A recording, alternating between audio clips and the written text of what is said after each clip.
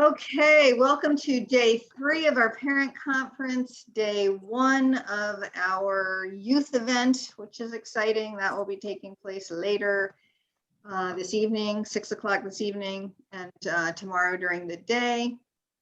We've got a great morning. And so without further ado, I am going to introduce Barbara Dunn, who is the Director of Program Innovation and Outcomes for Magellan Healthcare. And with her are 2 other Magellan folks, Chastity Wiederspan, who's the Senior Quality Specialist for Magellan's Wyoming Care Management Entity, and Sharon Burke, who is credentialed as a high fidelity wraparound facilitator, trainer, and coach, and a wraparound process mentor. And she is the wraparound process trainer coach for Wyoming's Care Management Entity. Ladies, I'm going to turn it over to you. Thank you, Ruth. And I was so happy to be here yesterday as well to listen to Dr. Fernando. I'm sorry I missed Dr. Israel. Both folks that I've known for a long time and really respect the work that they do.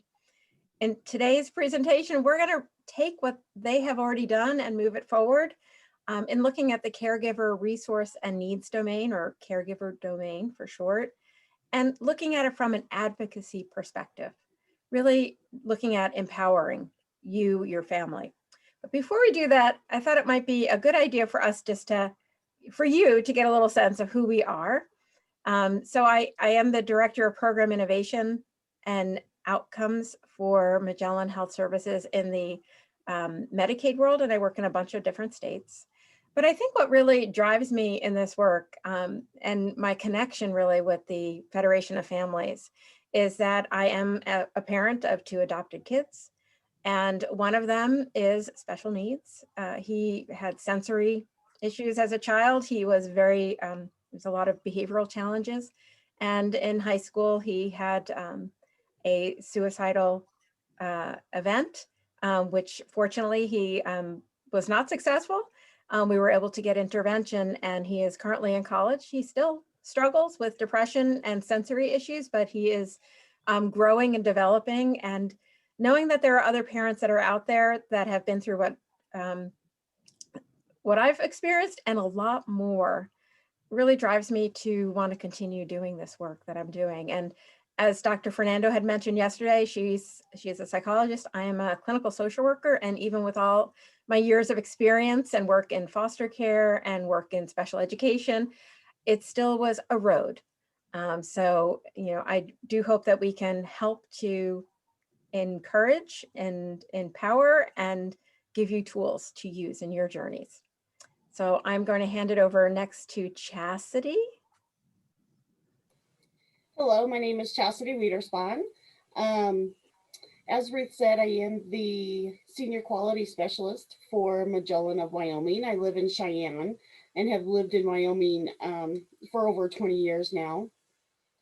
My family and I went through the wraparound process, which is similar to the child and family teams that you have in Idaho, and successfully graduated the program and have successfully been able to continue what we learned and brought through to our family with being a success and being able to say that, hey, I've been there, I've done that. I love to be able to talk to other families, show them that I've been there, I've been at the lowest point I ever thought we could go, and we're still doing okay, we're still standing here. It hasn't been easy, it hasn't been one of the, it's probably been one of the hardest things I've ever done, but to be able to see that success and be able to share my family's story with everybody is why I do what I do, and why I am a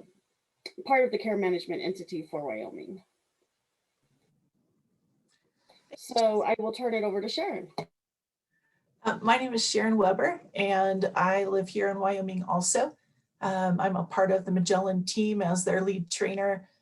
I came to this just because of life, I grew up in a family that needed help and didn't have the resources to get that help at the time.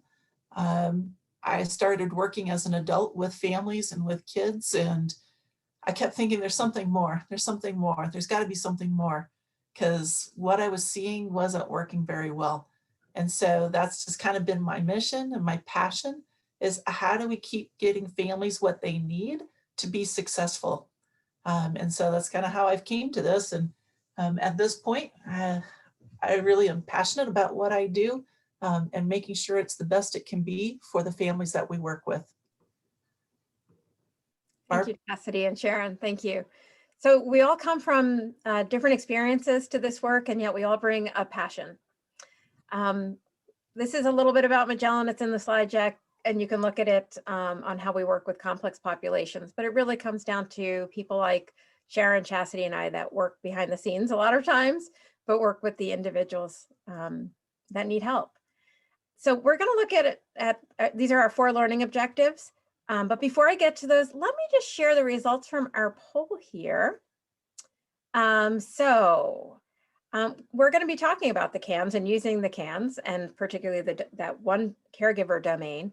So we wanted to get a sense of your experience with the CANS. So has your family gone through the CANS process? 80-20, okay. So most of the folks that are here have been through the CANS process. And in the past 12 months, how many? So more had 2 or 3 than 1, but none more than 3, okay. Focusing on strengths, ooh. So mostly no. And then the experience, 100% mixed experiences. So that's good for us to know that you've had a little experience with the CANS and it's been mixed. So hopefully we can address some of those ways that it has been mixed and improve. So I'm going to stop sharing those results. Oops, stop sharing the results there. And just talk a little bit on our learning objectives and how we're structured today, so you have a sense of how things are going forward. And there's 2 materials that are already in the Whova app. One is this presentation, for those of you who like to print out presentations and scribble on them. And then there's also a tips page that when Sharon goes through, she'll go through some slides, but we have it in a tips page for you. So generally, we want you to come away with some ways to use the CANS Caregiver Domain. So that's sort of an overall.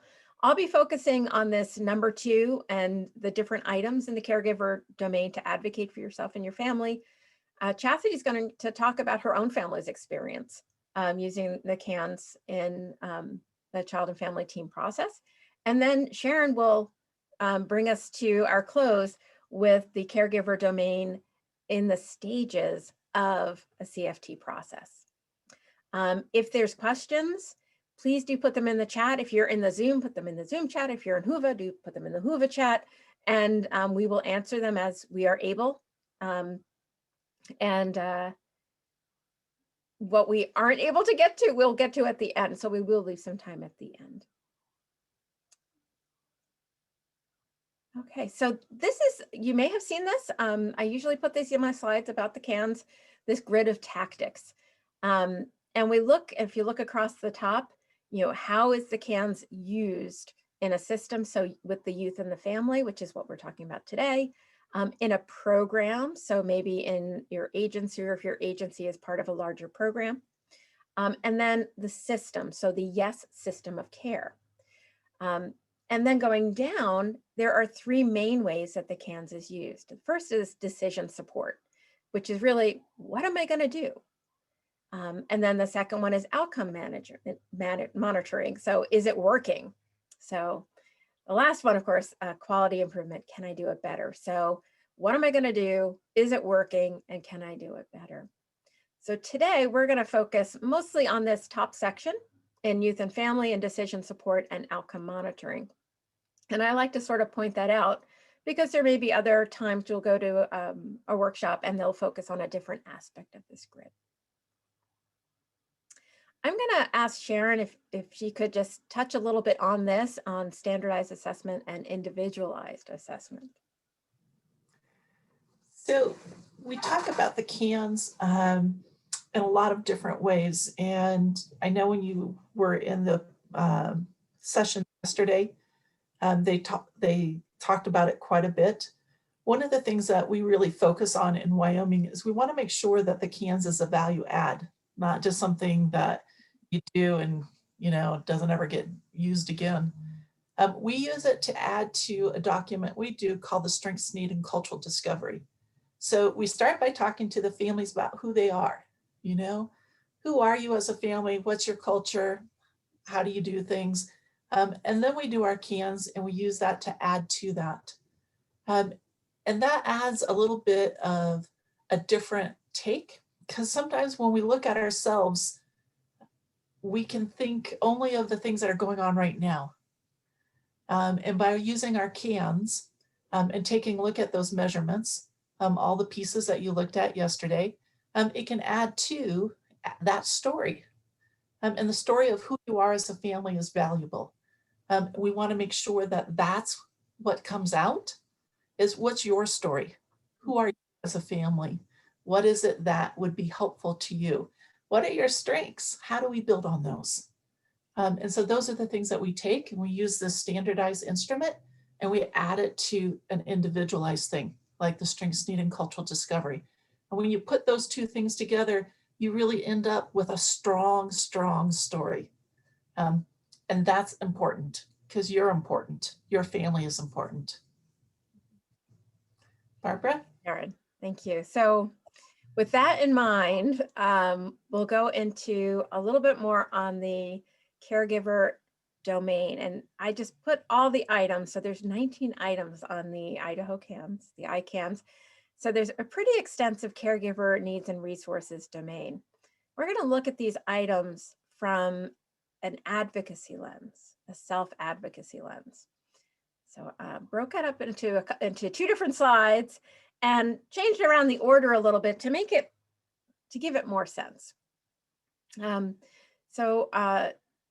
This is a very underrated domain, but I think it's really probably one of the most powerful modules, because when we look at the anchor definitions, and there's a whole manual, this is not replacing the manual that is available to you. So you could always say, can I actually see what these anchor definitions say?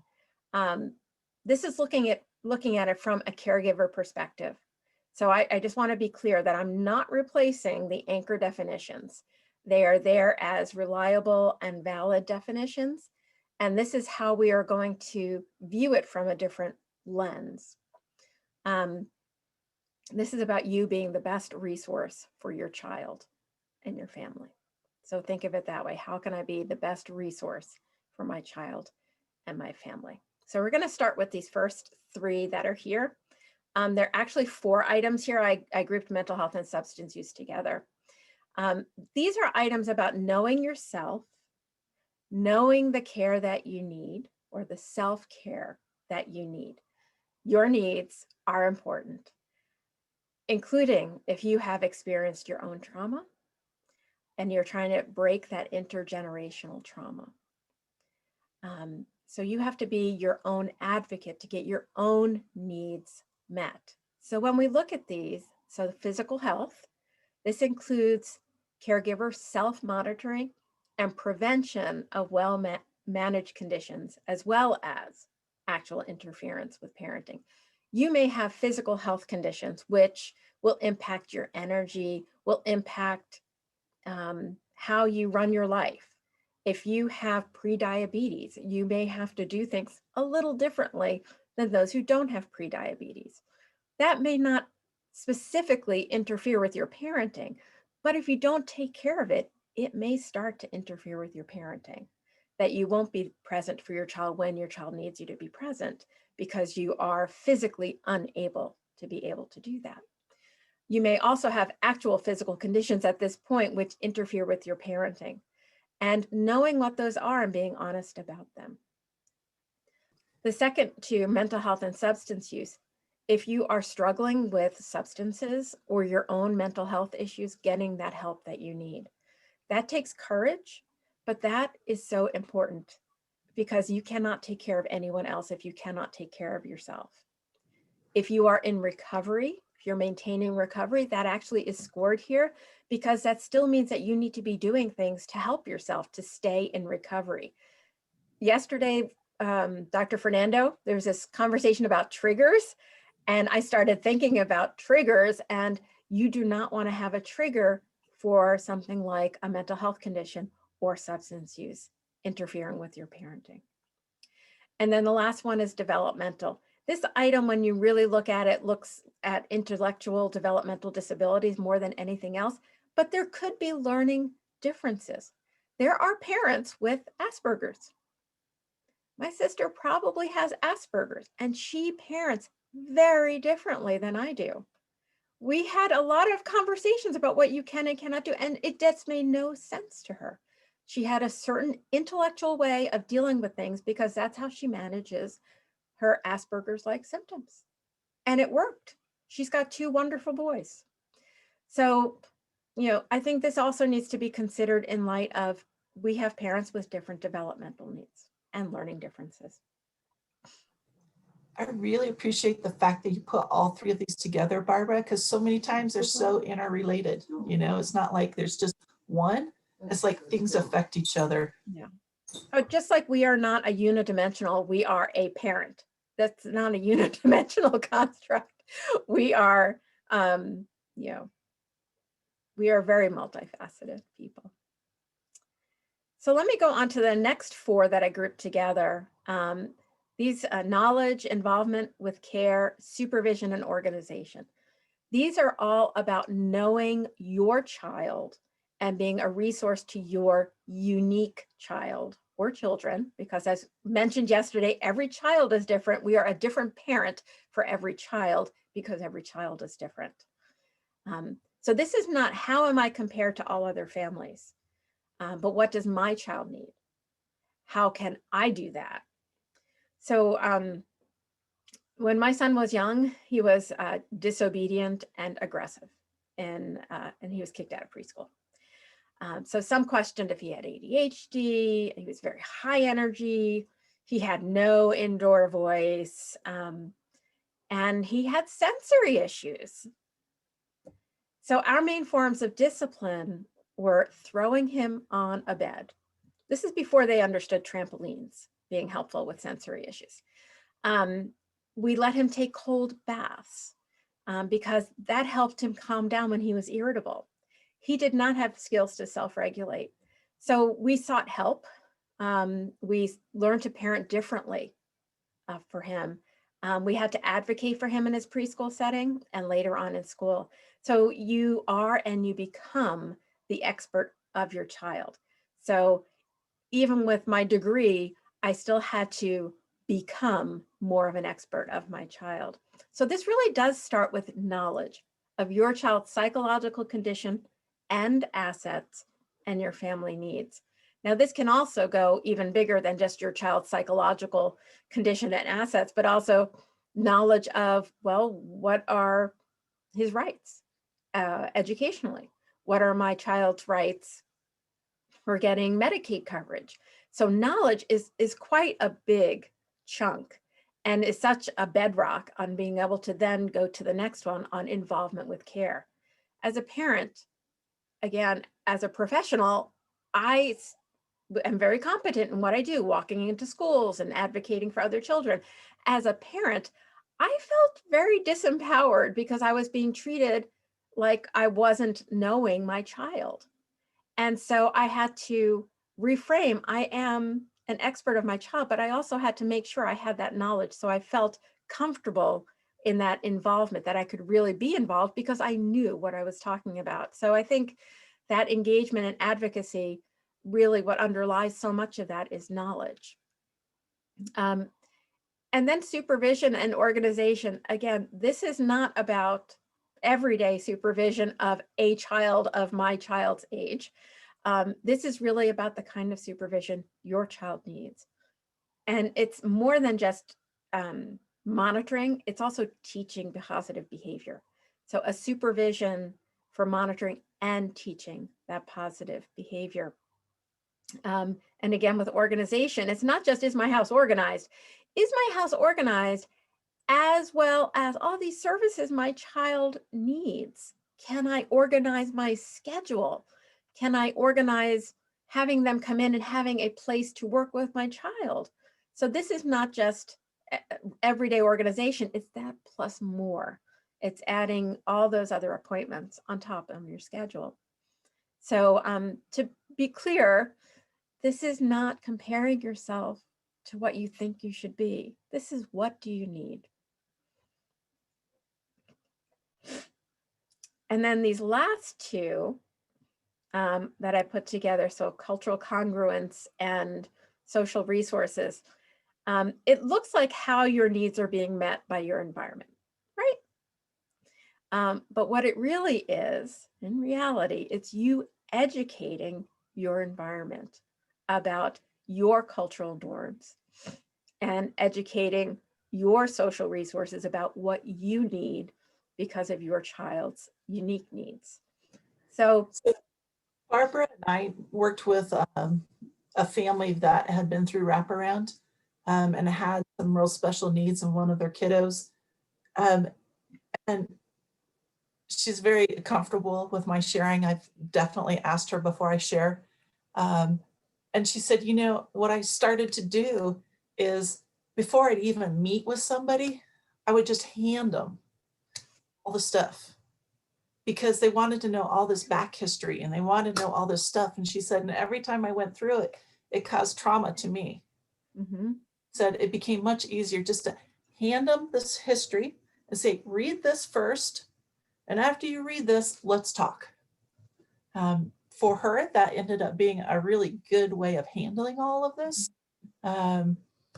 so that she didn't have to go through it over and over and over and over again. So there's different ways for different families. So it's finding out what works best for you and your family.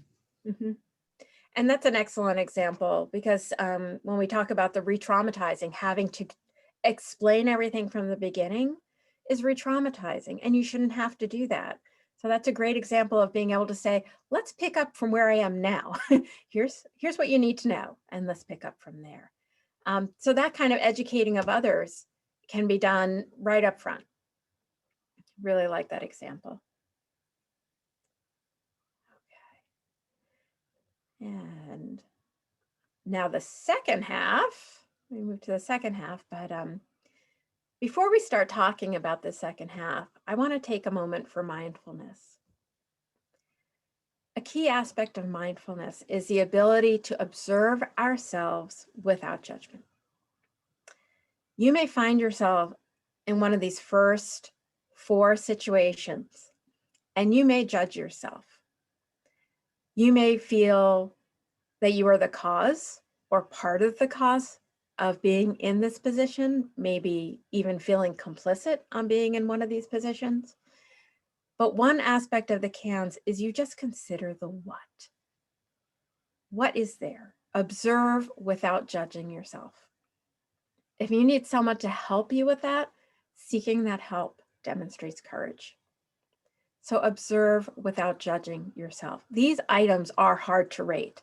You should always be able to ask for time to speak. And this came up yesterday as well. Speak without your child present. Discussing these, especially the caregiver needs and resources items. Don't let any of this history keep you from being your best self. You can move forward. So looking at these first 4, residential stability and housing, just if you've had to move, and there may be various reasons why you've had to move, which you may not be proud of, but you had to move. Safety includes other individuals that are coming into the home, and you may feel like you don't have a lot of control with that, but they are individuals that are unsafe to your child, and so that you need to be able to bring that out. I don't like the name of this next item, marital and partner violence, because it's really about conflict with the most ultimate scoring about violence. So if there is conflict in your relationship, to be honest about that, you may need to be working on that with your parent, your partner, or your co-parent on conflict. Not that that means it's going to go to violence, but that conflict can be very hard, especially when you have a special needs child. It just adds to the stress. I see Chastity like, oh yeah, oh yeah. And again, with your own trauma reactions, you may have your own trauma that you are carrying, which interferes with you being your best self. And to be able to admit that, to identify that, admit that, and be able to be kind to yourself. So, these first four, I really do encourage you to look at them without judgment of yourself. These next four are a little less emotionally charged. And these days, I think there's more focus on the social determinants of health. Really, we need help with some concrete resources. I can't imagine that any parent doesn't have stress. So, I mean, any parent will score on some of these at some point. So financial resources, this is not just about what financial resources we have for our family in general. This is also about what our child might need. Maybe our child needs a special camp that is expensive, quite frankly, or maybe our child needs a certain type of therapy, which is not proven, but you really think it's going to help, but it's not covered by any funding. So being open to getting help is one part of it. I think the other part is not just taking a no and saying, well, what can we do? One of the great parts of the YES system of care is looking at, are there other resources to fund things? Are there flex funds that we can access? So in Wyoming, we have flex funds that enable individuals to get some of these additional resources, which are not otherwise paid for and that I can't afford as my family just doesn't have that resource. So financial resources can be not just for those who seem to really have just regular financial resource issues. It could be for people who you're making all the ends meet, but you just can't do that extra that your child needs. Family stress, again, being honest with ourselves about the amount of stress. We can go and feel like we have energy, but we're also putting ourselves under a lot of stress. Accessibility to childcare resources under a respite. So I did see in the chat that other people have had their kids kicked out of preschool. We were able to find a camp for my son at that point with older kids. So they accepted him with older kids on condition that, certain behaviors would be met. But it turned out that the older kids, as we had hoped, were able to cope with his needs. They were able to socially understand what was going on, and he wasn't going to argue with them. But the other part is he kept so active, he was exhausted by the end of the day. So sometimes it's hard to find a childcare resource where someone will understand your child. Same thing for respite. And respite is something that you need to find the right match for your child. In Wyoming, we have a package, and maybe Sharon and Chastity, you can describe it later, but how respite providers are trained in high fidelity wraparound principles so that they understand a lot of these values. Plus there's matching that goes on with your child and your family. And then this last part is transportation. So this is reliability and backup plans. And we all know how hard it is to get transportation to the places where people need to be, especially for all the services that our child may have. But this brings us to our final, and this one is, and I called it the culmination, because this parental responsiveness item, this one is really about, are you emotionally able to take care of yourself so you can take care of your child? This is really the culmination of self-care, to be able to be present for your child emotionally. So this is the one that I really think we all need to be focusing on, is getting to this in our parenting. And this can be really hard. Again, the triggers that happen, we are human. We need to sleep, we need to eat, we need friends, we need resources. It can be really hard to have all of that and take care of our child. And yet, this is a great place with the Federation of Families to get that help, to be able to take care of ourselves so that we can take care of our child. So I'm going to, on that note, turn to Chastity to speak about her family's experience, and she can tell you about this wonderful picture too. Hello. while Barbara was talking, I'm nodding my head because so much of what she's saying is so much of what my family and I have gone through and what we still struggle to do. There's still certain areas I'm really, really good at, like advocating for my son. And then there's other areas like self-care and making sure that I take care of me. I'm really, really bad at. So I can completely relate with a lot of what Barbara was talking about. So, as I said earlier in my introduction, I live in Wyoming. I've been in Cheyenne most of my life. I have 2 children. I am a single parent.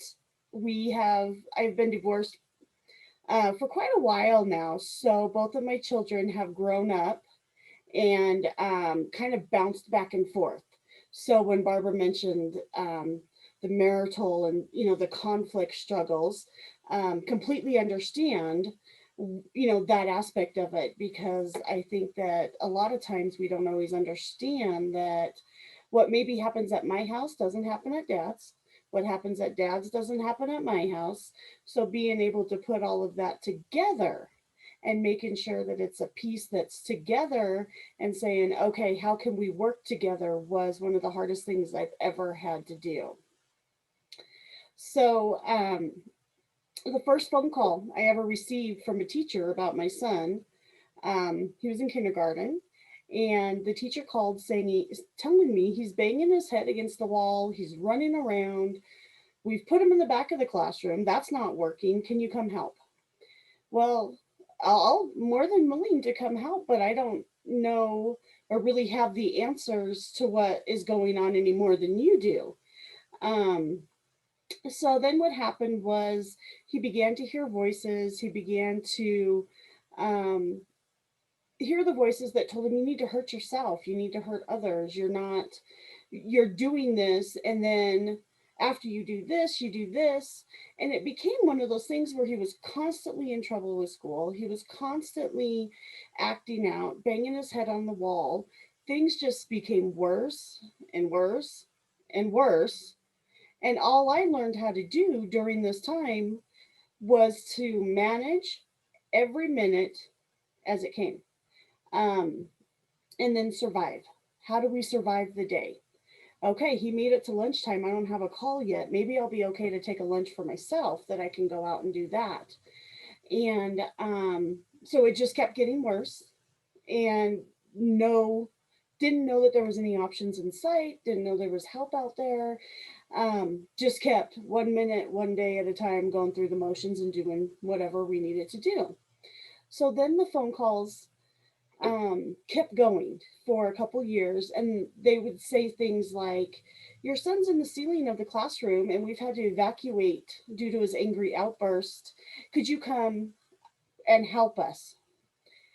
Okay, I'll come and help, but what led up to this? What seems to me that this is a very serious thing for him to be doing, and I want the other children to be safe, but what led up to it? It couldn't have just happened that all of a sudden he's in the ceiling in the classroom. What led up to it? And nobody could really tell me anything. And then it was, we removed your son's recess access or privileges due to behaviors in his classroom. Well, if he's not sitting still, he's super anxious and kind of all over the place. Wouldn't recess be the best thing for him? Send him outside, let him go run around. So then what they did was decide that they were going to take away his recess, but supervise him to be outside for 15 minutes. Well, you're outside by yourself with somebody you know was monitoring your behavior. All he did was walk the fence line. He didn't have any friends. He didn't have anything but this one person that he knew was always upset with him. So then this whole time I'm trying to work, I'm trying to take care of my daughter, I'm trying to manage all the pieces that come with being a single mom and putting them all together, and just kept struggling with, what do I do? What do you suggest I do at the school? And it became one of those things where no one responded to me with anything positive that he did. He was a bad kid. I would sit down, and for half an hour, 45 minutes, they went through this list of behaviors that he did without telling me one good thing about my son. I could tell you that I knew that my son was the smartest kid. He is so smart. Um, but there's got to be something that we can get his attention. And that, is it really came down to, is it really worth fighting about? Is it really worth arguing that one piece with him? If he stands up versus sits down to read a book, is it really worth that arguing? I'm not sure, but that's how I was living my life as well. We were choosing a battle. Which battle am I going to fight today to be able to be on the same page with him tomorrow? So after a few years of this, I was exhausted. I was out of hope. I was stressed, and I was so sad to see my son struggling, and then nothing I could do to help him. At this point, I learned about high fidelity wraparound, which, like I said earlier, is very similar to your child and family teams you have here in Idaho. Wyoming's version is high fidelity wraparound. And through high fidelity wraparound, I learned to coordinate a team of people around me and my family and my son that looked at it and said, okay, there's things that you do really, really well that we can incorporate into these things that aren't happening and may not be going as well. I learned how to manage all of his diagnoses. Now, he had all these letters behind his name, and it just kept piling up. Well, what does that mean? If he has a sensory issue, what does that mean? How does that affect his schooling if this is what it is? And so I learned how to manage the day-to-day challenges on his diagnoses. And I learned how to have a voice. I didn't have to sit there and just listen to everything that was coming at me that I was hearing. I could actually say, hey, this is the reason he's banging his head against the wall. The classroom's too loud. It's too active. It's too much for him to handle. Being in the gymnasium and being able to go to a presentation within the gymnasium, that's too much to handle. That's why he's doing it. What can we do to make it so it's not overwhelming and too much for him? I learned to build a team around me that I wasn't the only one that was looking out for my son and wanting to advocate for my son. I was able to say, okay, school, what are you doing? Okay, counselor, what are you doing? Okay, physician, and anybody else that we had involved, our whole focus was my son. And rather than this person did this over here and this person does this over here, it became something that we worked on together as a team. And by doing that as a team, they understood and respected what my family's unique qualities were. They understood what my culture was. They understood why I was parenting the way that I thought I needed to. And it was mind blowing to be able to sit down and say, oh, I didn't know this could all work together and all flow and have a way for us to be a family, overcome the challenges we were facing, and be successful. We didn't have to have this label of here's my bad kid and here's my good kid. And this, they're two very different kids. We can go ahead and do it all together. So how does all this tie into the CANS? I talked a little bit about how it tied in, but the CANS identified what we did well. We supported each other. We loved each other. We wanted to be happy. We wanted to be able to go out in public as a family. We wanted to do things together. We advocated for ourselves in some areas. I was very passionate about the school, but I forgot that I could still be just as passionate about his medication and what he was doing. Are you sure about that diagnosis? Are you sure that that's the diagnosis that it really is? And being able to have a team that looked at it and said, well, did you think of this? Did you see this? That's a great idea. I didn't think of doing it that way.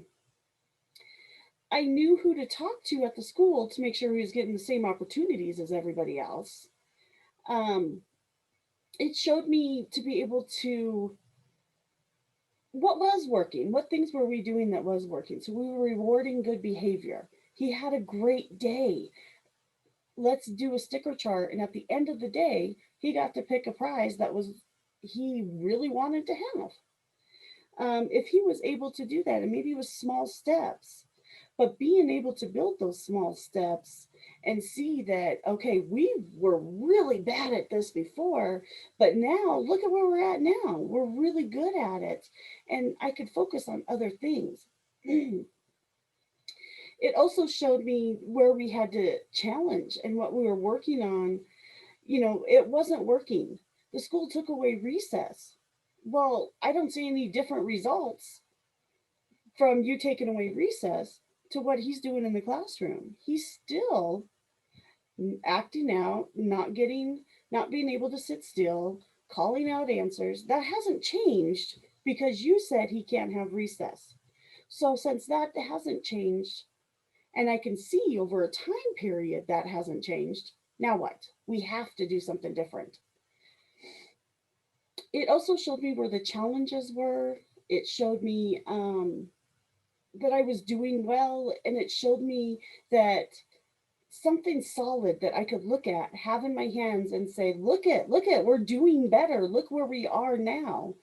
Compared to 3 months ago, this is where we were and what was happening. And so being able to have those results and have something I could actually look at and see was one of the biggest things for my family, that to show me that, hey, we are making progress. Things are getting better. I'm only getting a call twice a week instead of 12 times a day. This is good. Things are working and things are flowing where they need to be. And so it became a tool of proof, and that things were great and things weren't all terrible anymore. There was some terrible, but it wasn't the level of terrible we were at before. So it helped to really set the tone of what I need for my family and an objective way to see the progress that was happening. I was so overwhelmed, I didn't know how to ask for help. I didn't know how to tell anybody, I need you to help me, because now it's affecting my job that I'm constantly having to leave, or he has an appointment here. How do you tell somebody, I need help, when you're the one that really does it, helps everybody else? You're not supposed to be the one that needs that extra help. I learned to be able to identify skills. I learned to be able to learn new skills, prioritize changes and needs, develop a plan and action steps, and manage everything that was happening within my life and their life as we found success. So the challenges became less. My provider that was working with us and doing everything with us, her role changed. It became that she became less and less and less of an important part of our lives, and we were managing and doing everything that she would normally do. We were doing that, and we were okay, and it was going to be okay. Since then, our family has continued to thrive. I think if we did a CANS now, it would definitely show where our strengths are, what we're doing really well, what we're doing, and how things are looking. But it would also show, hey, you kind of slid in this area. What do you need to do to bring this score back up a little higher? Do you need to reach out for help? Do you need to maybe do some self-care? Maybe hang out and take a deep breath and remember that it's not all bad and that things are okay right now. My son overcame so much, and I absolutely love talking about how great of a kid he is. Looking at him now, you'd be surprised because you wouldn't recognize that this child didn't have friends until about 8th or 9th grade. He didn't know what it meant to have a true friend stand beside him and not want something for him or blame him for something. He has the right supports. He has a team around him that if things start slipping, he knows who to call, who to talk to, and what needs to be done. He's worked so hard during a time when his light was dimmed to not do that. and to not let that light dim, but to make adjustments and see what needs to be done. I never, ever, ever thought we would be here today. My son was graduating high school in a couple of weeks, and knowing that he's going off to college, and he's okay. He has the tools that he needs to be successful, to be able to have a team of supports, to be able to look at somebody and say, I need help, to be able to go to a classroom and advocate for himself, for the needs that he needs to be in that classroom and be successful in that class. I'm blown away by the success of him and the success that the program had done for us.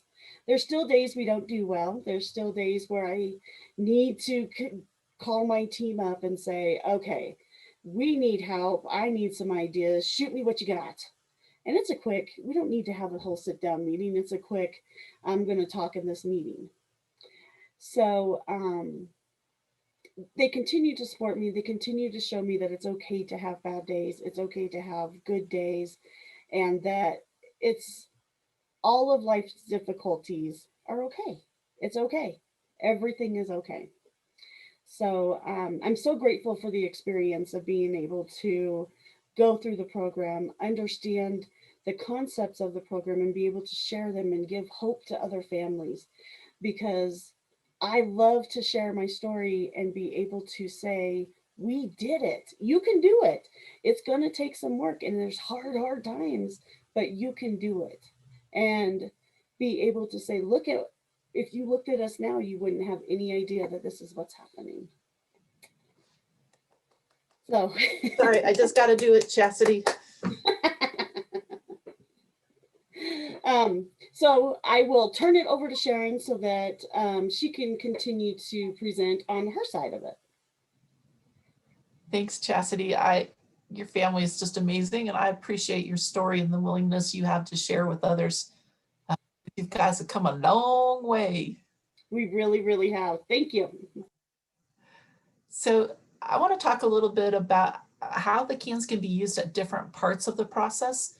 And it doesn't matter what that process is called, whether it's a family team, whether it's a child and family team, whether it's wraparound, doesn't really matter. What matters is how do you continue to use this tool to help your family? And how do you bring that in a way that creates what you want as a family? And how do you use it to advocate for your family? And so we're going to go through the different pieces. We're going to start with looking at engagement. How do you create a crisis plan? How do you complete something? How do you circle back? How do you explore? How do you do all those processes as a part of your engagement? And so when we talk about engagement and we talk about the CANS is really about the summary of what we know. And so that summary of what we know can be really powerful. For myself as a provider, I love it because I can hear, I can listen, I can really try and understand a family and their culture. And then I get this assessment tool where I can really put it down and start thinking about, did I get it right? Did I really hear that the way that the family needs and wants me to hear it? And so I can use the CANS for that. As a family, this is your way of being able to say, yeah, no, like you, Sharon, I know you're really listening, but you're off base here. And so in that process of engagement, it's really going to help us understand each other better, so that I can truly be that person who knows your family as well as I can without walking in your shoes. So as I go through the engagement process, whether it's building a strengths need cultural discovery, helping create that crisis plan, whatever it is that we're doing, we want to use all those pieces and make sure we've got it right. And you are the expert on your family. There's no way I will be the expert on your family. I will work really hard to know your family, but I really want to hear you, and I want to check in. Did I get it? Am I really understanding? And so that's really how I see the CANS being a huge piece of that engagement. As families, I really hope that you take that time to go through the CANS with your provider, whoever it is, and say, yeah, okay, you got it. This piece, yeah, we're good. That piece, no, we're off base here. Because that's going to help that process continue forward. So engagement becomes really important. It kind of sets the tone for everything else that happens. Okay, you want to switch to the next one, Barbara?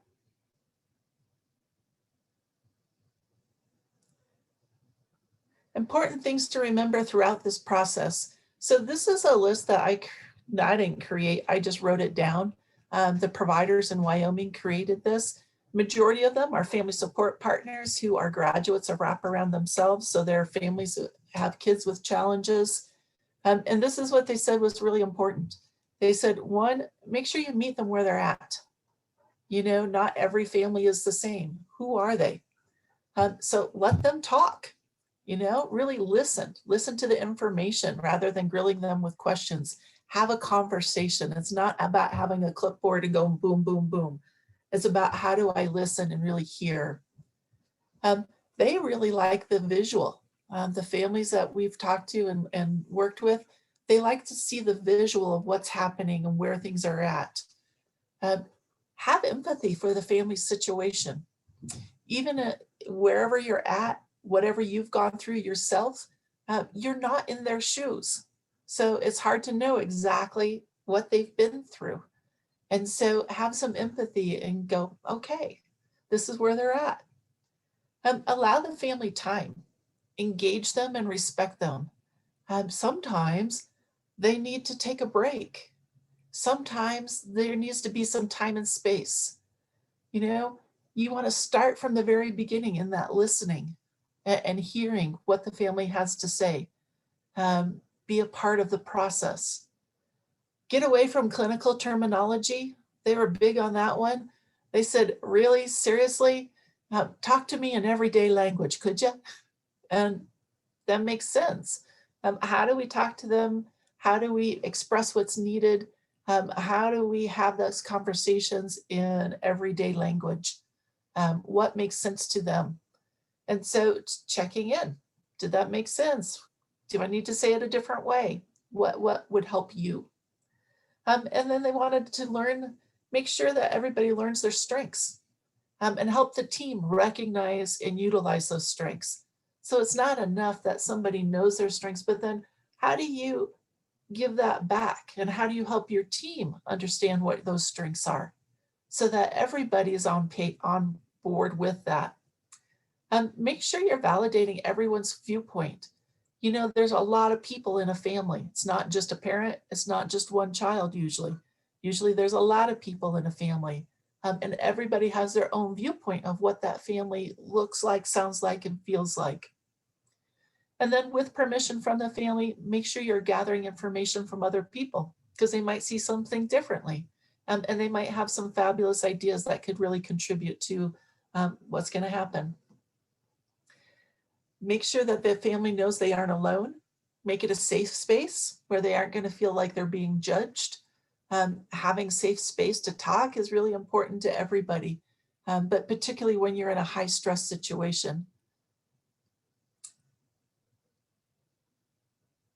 If you go to the next slide, one of the next pieces that we wanted to talk about that they thought was important is youth voice.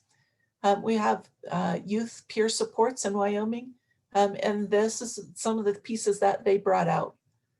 They said, you know what? Explain to the youth the reason for the CANS so they don't feel like they're just getting picked on. You know, why is this thing happening? Why are we doing this assessment? How is it going to help? Why do I even care? Make sure that the youth's perspective has just as much weight as the adults. A lot of times we're in this because of the youth and what's going on for them, and they do not feel heard. They don't feel valued, and they don't feel like anybody really understands. A lot of time the kids have a hard time opening up in front of other parents, in front of their parents or other people. So make sure they have the support to get that voice across in other ways. It could be that they talk to somebody one-on-one and that person helps them voice that in a meeting. Could be they make a collage. It could be they bring some music to it. Whatever it is that makes sense to that youth. Hey, And then, Sharon, sorry to interrupt, but I think the Yes Youth Manual that was brought up yesterday as possibly a tool. So if the youth works with somebody else on that, works by themselves or works with somebody else, that might help to bring the youth voice to the meeting. yes, great, great, great tool. I looked at it and went, I want it. It's a beautiful tool. So I hope you are using it. And they also said, make sure you include breaks, you know? Sitting there for an hour is way too much for a lot of kids. And then we move from engagement into the planning stage. And when you're doing some planning, you want to continue to use your CANS, you know? You look at the CANS, you know what the CANS is, you have that initial, and then you want to say, okay, is there anything within this that we want to utilize? What's the information here that will be helpful? You as a family are your own advocate. And it might say 3 on a CANS, and you might say, I know it says a 3, but this other thing is really important to me. And really, what makes sense to you? What makes sense to your family? There's nobody who knows you better than yourselves. And so check it. This is what the CAN says, but this is what our family and our culture needs.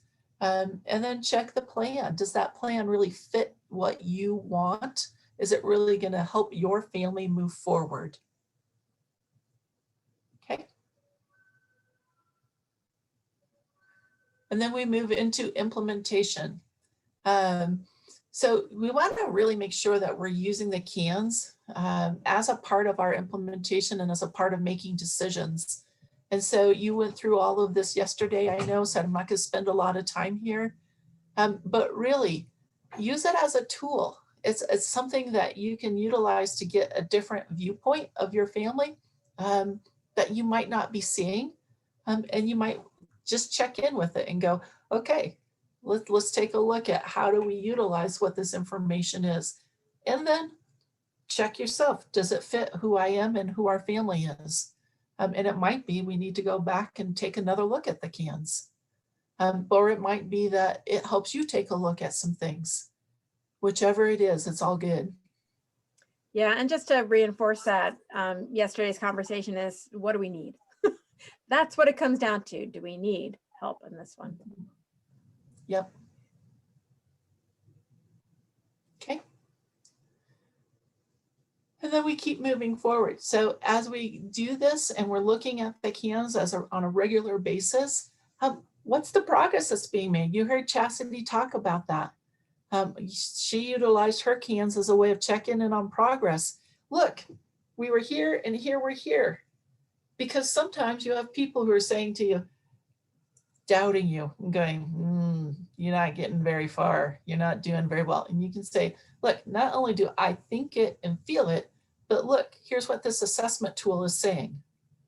It's a way to back up and use this tool to really back up what you think and you're saying, to be able to say, not only do I think it, not only do I feel it, but it's really saying it too. Check in on it. You know, maybe there's a piece that you haven't focused in on yet that you do want to start looking at. What's another way, another process? Maybe there's something new that you want to take a look at. Have things gotten better? Have they gotten worse? Have your strengths been maintained? Are there new things? And make sure you celebrate. Progress can be little bitty things, but it's still progress. And those little things needs to be celebrated. We all do better when we're recognized for the things that are going well. That includes families, that includes parents, that includes kids. We all do better when we celebrate all the little steps that lead to big, great big steps. Okay. Thank you, Sharon. Thank you, Chastity. So this is our little sum up, and we do want to leave time for comments and questions.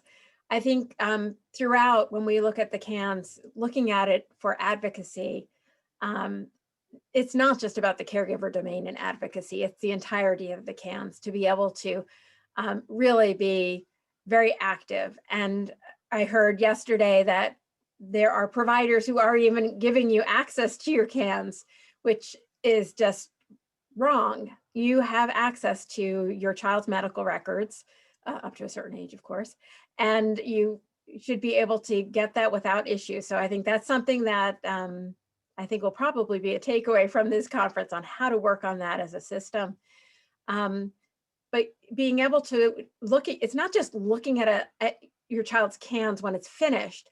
You should be able to be a part of that creation of that CANS, that discussion on that CANS. And I'm not hearing that part. And that's very different from the experiences I think that Sharon Chastity and I have in our use of the CANS in Wyoming, where the CANS is completed with a CFT, not separate from a CFT. So being able to advocate for yourself would require that you be part of that discussion process.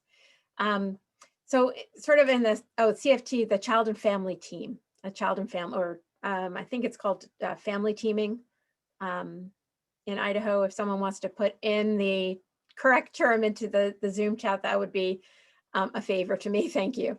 But we just want to make sure that you want to follow the system of care principles and the child and family team process to get that family voice in the CANS. That has been, thank you, Janet, for the child and family team. You want to make sure that we follow those principles because that is the bedrock of accuracy in the CANS, so to speak. You want to use the CANS to see if everything in the plan of care is actually addressed. And as Chastity was talking about, it kind of puts it out there so you can actually look at it sort of separate from yourself, and in a way that, sometimes when you can separate yourself from the emotionality of an item, it helps you to look at it and consider what's really needed. So to be able to do that with a CANS item, think through using the CANS to prioritize, especially if your family's stuck. And I think Dr. Israel and Dr. Fernando were really good about giving some tools on how to do that. Looking at those 2s and 3s for the kinds of actions that you need. And then in your strengths, looking at the 0s and 1s and how can we utilize these as well. So to prioritize what we need to do and how we're going to get there. Keep in mind the second CANS may have newly identified items. Now, I understand that there's and that's one of the reasons why we asked that question on how many CANS have you been through? We understand that there's some families that are going through multiple CANS that are not coordinated. Again, that's not been our experience the way we've set up the use of the CANS in Wyoming, where we start with one and then we build upon that. So usually it's, the build upon is where are we now? And sometimes the where we are now is that we've now identified something we didn't realize really that was there before, or maybe we weren't that comfortable bringing it up, quite frankly. Maybe we weren't that confident in the team that they would accept us for where we were. So my hope is part of this takeaway is that in your self-care and advocacy, you become more comfortable being able to identify your needs so that that first CANS does have your needs accurately represented so you get, and your family gets, and your child gets what is needed. But sometimes it doesn't happen and the next one, so it's not that things got worse, but there was an identified need is the way that we look at it in the CANS world. And then the last part is to consider if there are increased needs showing up to make changes. Kids change, they develop, our situations change, relationships sometimes don't continue. So there may be increased needs and it happens, it's not failure. And this is, again, not to judge yourself, but this is where we are and this is what we need to work with. And this is where we're going from here. So if there are increased needs showing up, to make those changes at plan of care in the CFT process. So I do want to give some time for folks to ask questions, comments, and if you put them in the Whova chat, I think we need somebody to read them to us or let us know about them. That might be Ruth. Yes. Yeah. And I just unchecked it so that participants can unmute themselves. Oh, I told you Sharon was dangerous with the. Sharon I is like to very talk to inquisitive. people. Yeah. So if you have a question, feel free to unmute yourself and ask it. Yeah. And I am looking at some of the things in the chat, and I see the one from is it Caroline? We just had someone from Liberty asking us questions over Zoom for 4 hours, and then speaking to David for 10 minutes. Yeah, so the CANS is not an assessment. The CANS is a summary, is a compilation. But it's not the assessment. So I am so sorry to hear about just questions for 4 hours. That is not very tolerable, even if it was in person.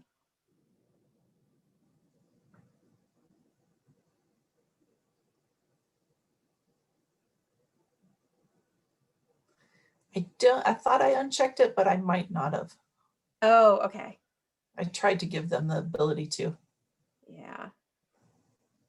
So Ruth, I'm seeing this 4-hour Zoom calls. Is that something that is typical? Boy, that is longer than I have heard. I've heard about some long, arduous calls, but now we have 2 different people reporting 4 Yes. hours. Yeah. That seems unconscionable. Yes. I believe I'd be calling them back and saying, I don't think this is going to work for me. Yeah, you know, we would love to hear more about that at the Federation. So please join one of our coffee chats coming up, or in a support group, tell us your experience with that, or just leave us a message at support@FYIdaho.org. And tell us a little bit more about that, because we do like to collect these stories. And when we see these some disturbing trends, you know, we do have an opportunity to try and interface with those and talk to the Department of Health and Welfare about how the system is rolling out. Yeah. And I also see the comment about coming to your house for 3 hours.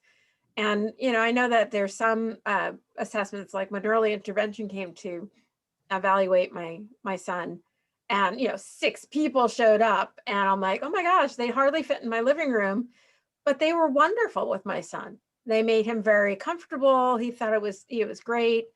And I think they were just there for like 2.5 hours. But I mean, he was tired after it because he had so much wonderful attention, but they were professional enough not to make it distressing. Now, he was a preschooler. He wasn't a teenager, which would have been a totally different situation. So that is a long time.